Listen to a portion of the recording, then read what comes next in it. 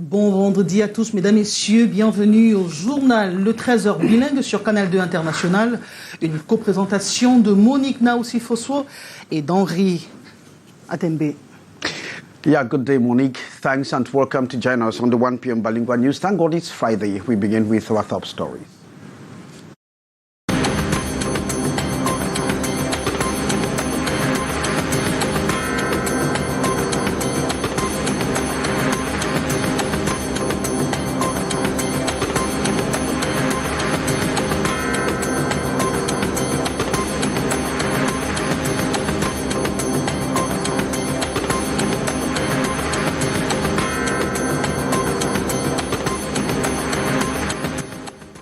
Displaced persons living in Douala craving to go back home as they are trapped in squalid conditions. They are at the mercy of strong winds and high tides on the banks of River Vuri. Quel sera le chronogramme du gouvernement pour apporter des solutions aux revendications du personnel de la santé au Cameroun? 4 ministres et présidents des syndicats du corps médical se concertent depuis ce matin à Yaoundé. Le mouvement OTS Santé, on a trop supporté, maintient la pression afin que des remèdes soient prescrits au malaise dont les professionnels de la santé disent en souffrir. And outpourings and debates on free speech resurfaced in the wake of a brutal knife attack on Salman Rushdie at an art and literary gallery.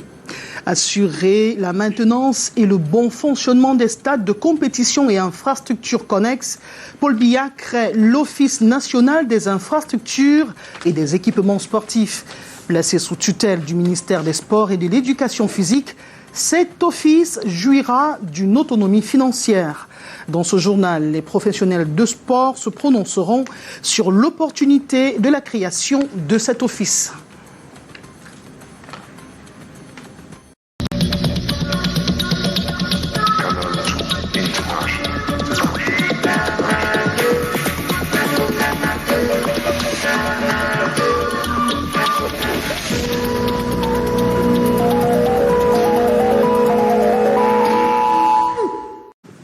Welcome to join us on the 1 p.m. Bilingual News. I'm Kejan Henry Atimbi. We are with Monique Naoussi-Fosso.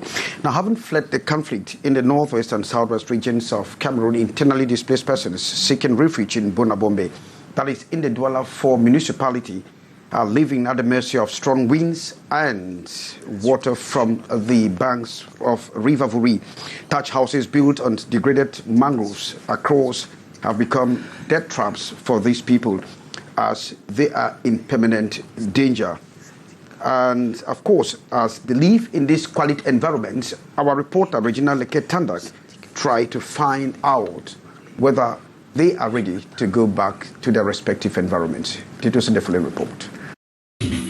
Far from the gunshots in the conflict-hit northwest and southwest regions, this is what these internally displaced persons now call home. Thatch homes built on remnants of destroyed mangrove, squatting in this marshland in Bonabombe, in the Douala 4 municipality, is the only choice they have. The water came in the morning, high sea came and is going, as you can see. If you look at that way, you see that the sea is already going. It is an area that was formerly occupied by mangroves, and the stalks of lost population of mangroves are still visible.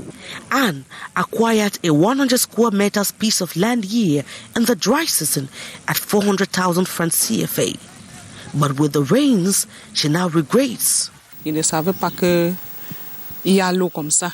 I came here and bought a piece of land in the dry season. I did not know the area was this marshy. It rained heavily on Sunday, and so much water came here. And that was when I pondered, is this really how bad this area is? Had I known.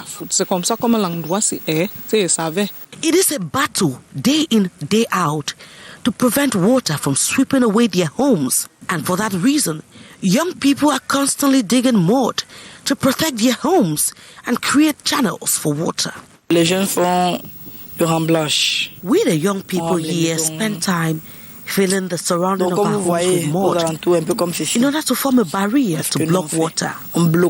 Around these makeshift homes are deep holes, a death trap for young people.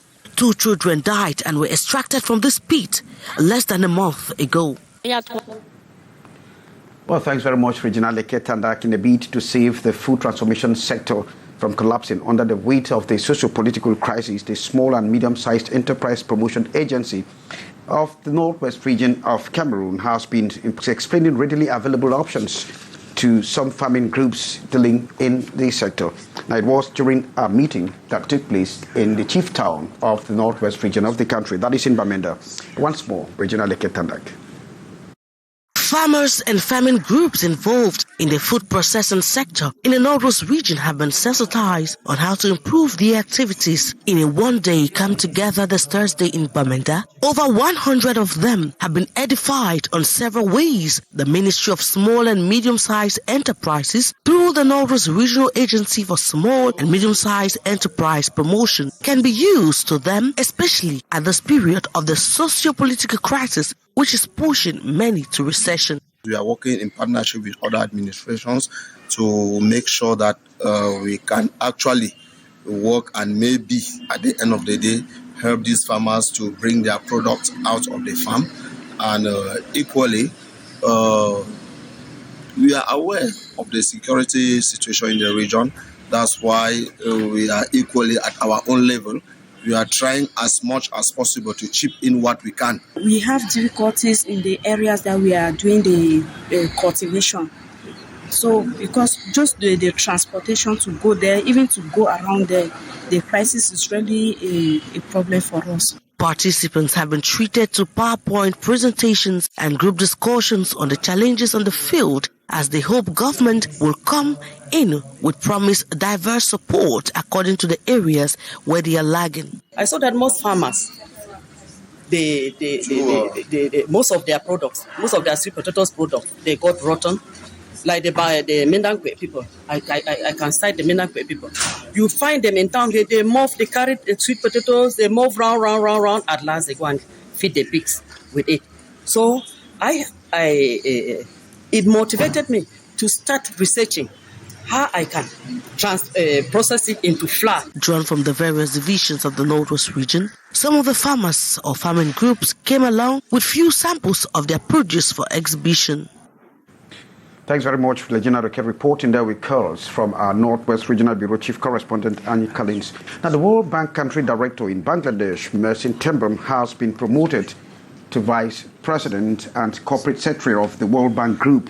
She will join Washington, D.C.'s World Bank Group headquarters on September 1. A Cameroonian by nationality, Mercy Myong Tembam, has been serving as a country director for both Bangladesh and Bhutan since June 30, 2019. A 3-year tenure will expire on August 31st. Tembam joined the World Bank in the year 2000 as an education specialist and has held leadership positions in different countries since then. Monique, now say thanks very much. Here you have the next part of our news in French. Thank you, Henrique Jean Atembe. Nous parlons de la suite des actions que veulent entreprendre les pouvoirs publics pour trouver des solutions aux revendications du corps médical au Cameroun. Depuis ce matin se tient au siège du ministère du Travail et de la Sécurité sociale une concertation entre 4 ministres et les présidents des syndicats du corps médical au Cameroun. L'objet de la rencontre, c'est trouver un chronogramme de travail. Nous y reviendrons. Plus près de la mort que sur une terre d'accueil, rechercher les déplacés de la crise sécuritaire des régions du nord-ouest et du sud-ouest ont déposé leurs valises à Bonaboumé, à Douala. C'est un marécage. Ces populations vivent les pieds dans l'eau. Elles ont été rencontrées par notre reporter Samuel Baïha.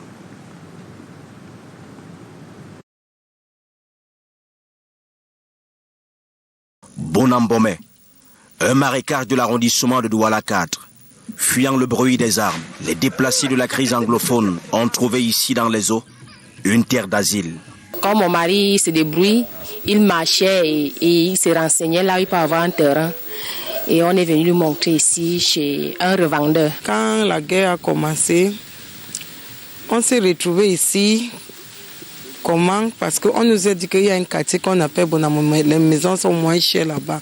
Anne a acquis en saison sèche un lopin de terrain de 100 mètres carrés à 400 000 francs CFA. Après la pluie de dimanche, elle regrette déjà. L'entrée, c'est mal. Dimanche, jusqu'à moi-même, ma tête a disjoncté dedans. Hein? Jusqu'à moi, je me disais que, c'est comme ça comme l'endroit, c'est savait. Un chantier de titans. À la force de leurs bras, les hommes ont combattu sans jamais vaincre le marécage. Ils ont tout de même réussi à hisser des maisons sur l'eau. Quand la marée vient, ça dépose des débris, des trucs et tout ça. On ramasse, et on entasse et on a commencé à abattre des arbres qu'on a mis au fin fond, des pailles et tout ça. Et on a mis la boue au-dessus. Une mine géante entoure ces habitations en planches. Des trous creusés pour rembler le sol. 2 enfants ont été retirés d'un puits il y a moins d'1 mois. Oui, il se dirige maintenant vers le trou que la scène se passait à l'intérieur. Et directement, il envoie la main, il ressent quelque chose qui était mou souple. Pourtant, c'était la tête de la première. Il voulait ressortir. Il a encore pris le courage de l'homme et quand il retouche encore l'eau, le même trou à l'intérieur, il ressent la deuxième. Le destin sous le diktat du whisky en sachet. La Swan, comme l'ensemble des jeunes à Bonambomé, est un creuseur de trous. Les jeunes font le remblage. On rame les maisons. Donc comme vous voyez aux alentours, un peu comme ceci, c'est ce que nous on fait. Ici, tout s'obtient au bout de l'effort. L'eau à Bonambomé est souillée. Il faut braver 3 km pour atteindre ce puits. Retour en puissance des voleurs de la monnaie électronique, que ce soit par appel, par message ou en présentiel. Ces arnaqueurs multiplient au fil des temps des stratégies pour soutirer de l'argent dans le porte-monnaie électronique des usagers. Et au fil des temps, justement, les plaintes s'accumulent. Les victimes appellent les opérateurs de la téléphonie mobile au Cameroun à revoir leur système. Ces victimes, on va les rencontrer dans ce reportage que nous proposent Titi Freeman et Thierry Nana. La dame est venue faire un retrait. Quand elle met son numéro, je fais la transaction. Elle me dit elle me donne même le nom de ma puce et je dis oui, c'est ça. Elle me confirme même qu'elle a envoyé, mais je me disais que le réseau dérangeait. Après, j'ai eu à lui donner l'argent. C'est après que je me suis rendu compte que je n'ai pas reçu. Le récit d'une transaction de retrait d'argent d'un compte de monnaie électronique effectué par des arnaqueurs chez cette gérante des kiosques qui a recueilli l'anonymat. J'ai été perturbée après, là, j'étais vraiment troublée. J'étais traumatisée, franchement. Nous avons été nombreux. Là-bas, la personne a frappé 500 000, de l'autre côté, il a frappé 200 000. Et la liste des victimes ne s'arrête pas là. Les abonnés de ces comptes électroniques sont également des cibles. Ils sont appâtés par des annonces de primes et autres récompenses. Toutefois, j'ai reçu des messages du genre, vous êtes à 90% de votre fidélité de gagner 195 000 francs. Ça, c'est pour la deuxième fois. La première fois, ils m'ont dit que je pouvais gagner 350 000 francs avec un smartphone. Du coup, quand ils ont envoyé ça, j'ai directement compris que c'était louche. Ils m'ont cette fois-ci écrit un message que je dois retirer mon argent après avoir contacté un numéro de téléphone qu'ils m'ont envoyé. Après cela, ils m'ont fait un appel par un numéro privé. Au regard de la recrudescence de ce phénomène, un appel à plus de sécurité est souhaité par ces usagers. Les opérateurs mobiles prennent vraiment des dispositions pour ça. Franchement, parce que là, les arnaqueurs sont un peu de partout. Pour toute transaction financière via ce canal, les uns et les autres sont appelés à plus de vigilance pour éviter les nombreux pièges de ces pirates. Vigilance, Henrique Jean. Yeah, the payment of the first phase of arrears owed some 685 musicians, producers and publishers worth 340 million CFA francs has begun. Arrears in copyright and related rights owed them spans from 2005 to 2009. Of course, that was by the former Music and Arts Corporation, CMC, and SOCAM. The convergence point for them to withdraw their payment vouchers is in Yaoundé, as we gather from our reporter, Umul Kulsumi. Present this Tuesday at the Bastos neighborhood in Yaoundé are musicians, producers and publishers, beneficiaries of this first phase of the CMC and SOCAM arrears, owned them between 2005 to 2009. The amounts on the leaflets to be retrieved is between 5,000 francs, to 5 million francs CFA depending on your past performance. Many are satisfied with your take-home package. Je suis content parce que Sam Bende, il a fait quelque chose de très. I am happy because Sam Bende has made something very good. We are going to successfully register our children in school, and we are waiting for the second phase, if it will be satisfying like that of today. Pour nos besoins des artistes au Cameroun. Oui. Happy because it's money we have. We thank Mr. Sam Bende with his team. Others do not hold the same feeling. Well, I don't really appreciate what is happening here today because as an artist, 2002 I was one of the youngest Cameroon musician. People with whom we started, some are about 500,000 have taken a token chain of 101,000. I just want to tell my colleagues that music is not tribal. Music is not human being. Even your enemies can dance your music. So they shouldn't bring tribalism or clan in the music cooperation. It has been so too much. So I am just pleading my colleagues, especially my elders, to stop it. The first phase of a distribution exercise this August with such an amount dedicated to greater things. The second phase for 2010 to 2017 areas is coming up next December. Thanks, Umul. And council managements in the littoral region that have not yet executed a public investment budget under the public, or rather executed projects under the public investment budget, or are yet to do so, have been urged to do so very quickly. And of course, to improve on the execution rate as they are dropping drastically in the first half of the year. 10% of the execution rate of projects in the littoral region. So far, a very disturbing percentage. Ambo Gladys Diba.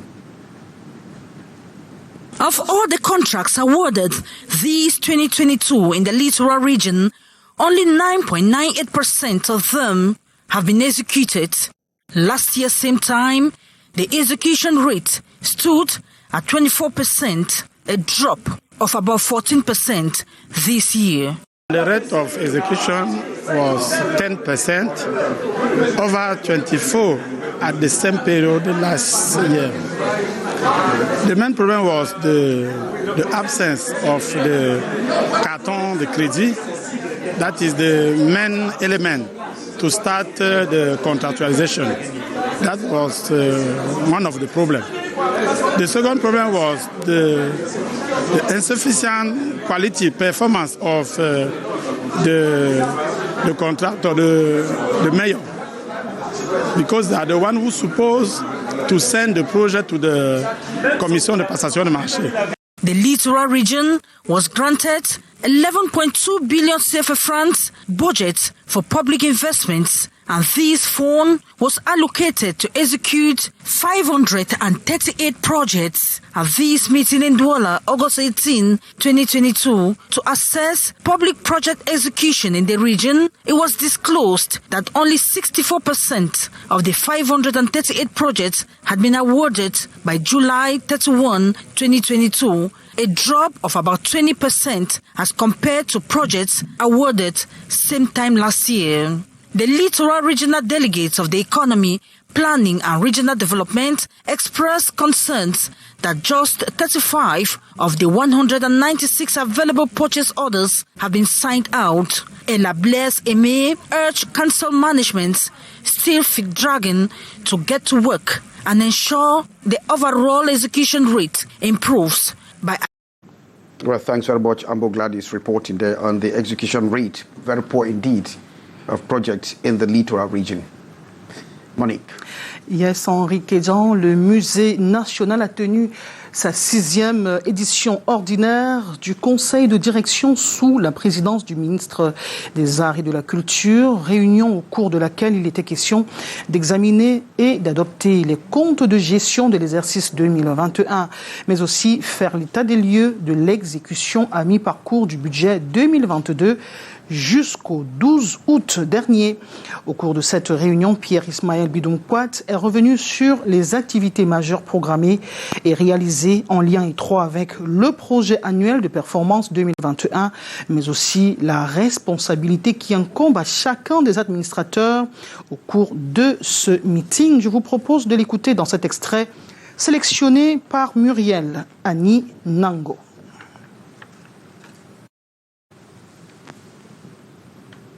Mesdames, Messieurs les administrateurs, au cours de l'exercice 2021, les activités majeures programmées et réalisées ont porté essentiellement sur l'opérationnalisation du musée national, l'augmentation de la fréquentation du musée à un taux honorable, la poursuite de la professionnalisation du personnel, l'organisation de 2 expositions temporaires, la diversification des activités à l'instar des conférences mensuelles et des ateliers pédagogiques, la diversification de la communication du musée national.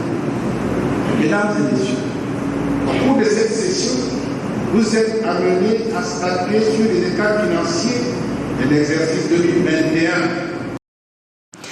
Plus de 600 musiciens, producteurs et éditeurs de la musique passent à la caisse depuis 24 heures. Ils perçoivent les arriérés de leurs droits voisins issus de l'apurement du passif allant de la période 2005-2009 du temps de la CMC et de la SOCAM. L'enveloppe globale, c'est 340 millions de francs CFA environ, qui oscille entre 5 millions et moins de 5 000 francs CFA. En ce qui concerne la répartition, le processus devrait se poursuivre, mais la mélodie n'est pas chantée, ne fait pas chanter tout le monde. C'est ce que nous dit dans ce reportage Janice Kamga. Ils sont tous des seniors dans le monde de l'art musical. Au moins 14 ans d'expérience, du temps où ils étaient affiliés à la CMC, puis à la SOCAM. Le babillard affiche 624 ayants droit. Certains arrivent ce 18 août, affaiblis par la maladie. Sur les 340 millions en partage, il y en a qui s'en tirent à bon compte. Moi, je suis satisfait parce que, étant administrateur dans une autre société, je sais que ce n'est pas le Pérou. C'est même une petite surprise. D'autres, par contre, voient rouge. J'ai mis 4 millions en 2008. 4 millions. Et aujourd'hui, on ne peut pas me dire qu'une liste comme ça des aérés de 2008 à 2009, comme ils sont en train de dire, mon nom ne sort pas. Cette période, j'ai sorti mon album Vol à nous. Et j'ai fait les clips, ça passait beaucoup.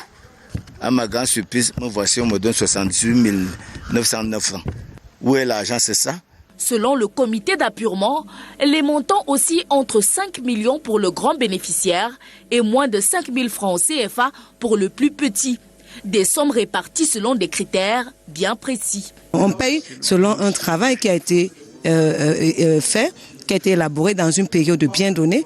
On n'est pas là pour des œuvres sociales. J'ai quand même vu sur mon feuillet le signalement des métadatas. Il faut comprendre quand même qu'à une certaine période, on a arrêté avec les fiches de régie et autres. Tout se passe maintenant sur Internet et si on n'arrive pas à percevoir, aller sur Internet pour voir qui doit quoi, on ne peut pas arriver. Pour les artistes décédés, un dispositif est en place afin de permettre aux ayants droit de rentrer en possession de leurs dû.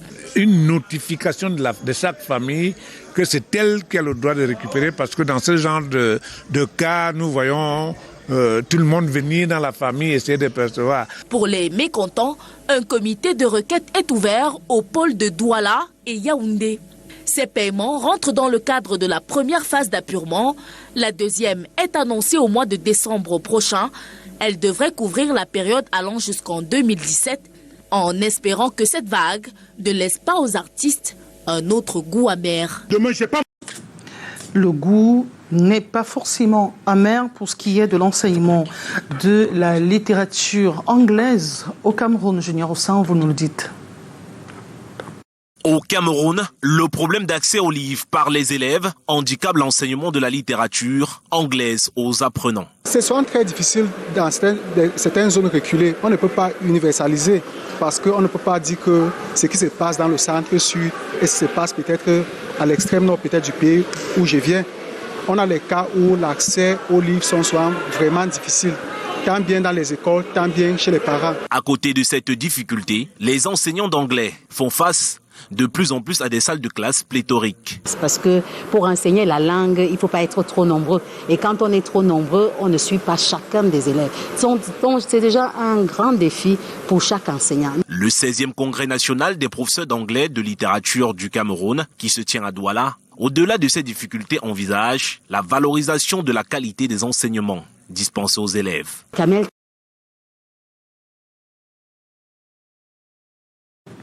We talked about foreign news with you, Enrique Jean Atembe. Well, the man accused of stabbing novelist Salman Rushdie has pleaded not guilty to charges of attempted murder. Hadi Matar issued a declaration of a courthouse in New York Thursday. This and more in our roundup of global news with Tariq Divine Ramsey Jr.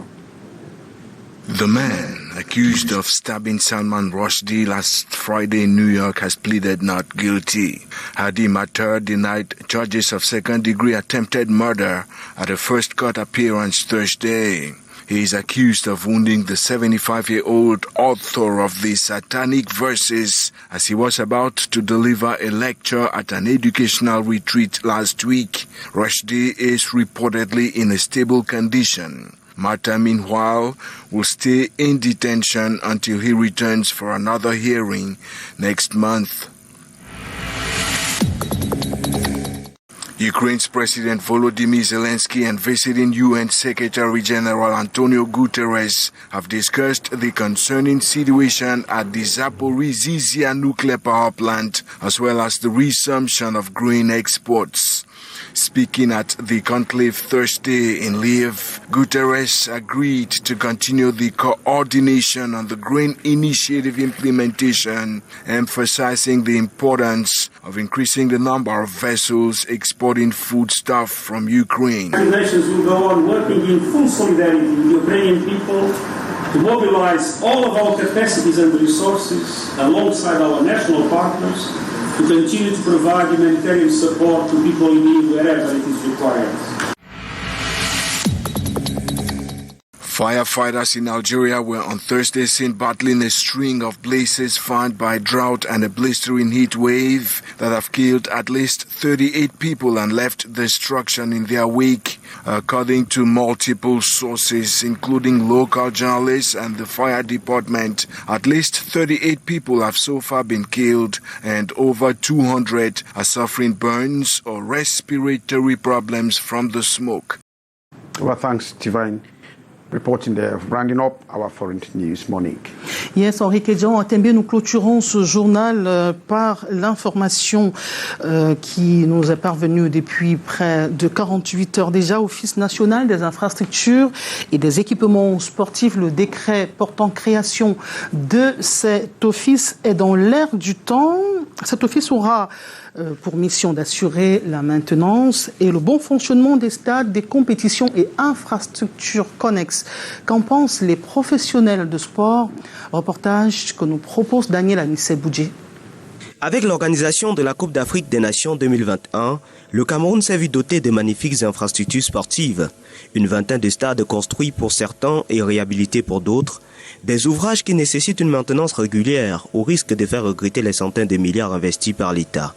La décision du président de la République de créer l'Office national des infrastructures et équipements sportifs n'est que bienvenue de l'avis des spécialistes. Il fallait bien entendu poser la problématique de l'entretien, mais aussi la finition des travaux de certaines infrastructures sportives. Ça doit être dans la logique normale d'un État qui veut se développer, qui veut se construire. Vous ne pouvez pas avoir 24 stades et ne pas pouvoir susciter la maintenance et leur entretien. C'est impossible. En plus de l'entretien des stades existants, l'ONIES, selon ses experts, va également apporter une solution aux problèmes de chantiers abandonnés dans le domaine du sport.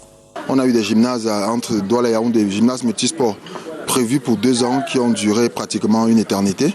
Il y a eu d'autres infrastructures sportives pour doter la jeunesse sportive et partant le mouvement sportif de bons équipements, mais on n'a jamais eu de suivi. C'est un organe particulier qui est spécialement chargé de la gestion de ces infrastructures sportives. Ce n'est que la bienvenue. Le doute plane cependant sur l'applicabilité des missions de cette nouvelle institution. Certains voient prospérer en ce décret du président les vieux démons du gaspillage. Connaissant la météo politique ou bien comment est-ce que notre gouvernement fonctionne, j'ai bien peur qu'on ne s'assimile là vers un énième organe budgétivore, c'est-à-dire que nommer des gens qui vont occuper des bureaux, nommer de responsables qui sont de fonctionnaires de trop. Oui, les textes, oui, l'institution, mais les hommes. Le problème se pose à ce niveau. Les hommes qui vont diriger et conduire cet organisme-là. La tâche s'avère ardue pour les futurs dirigeants de cette institution, dont les nominations restent attendues. Regardez à Edea, en Bandre Femmes et partout ailleurs. Merci pour cette fidélité sans cesse renouvelée. Fin du 13h, le dernier rendez-vous de la semaine avec Kedjan Atembe. Good day. Good day and nice weekend to you, Monique, and of course to our televiewers. Thanks for graciously staying on Canada International.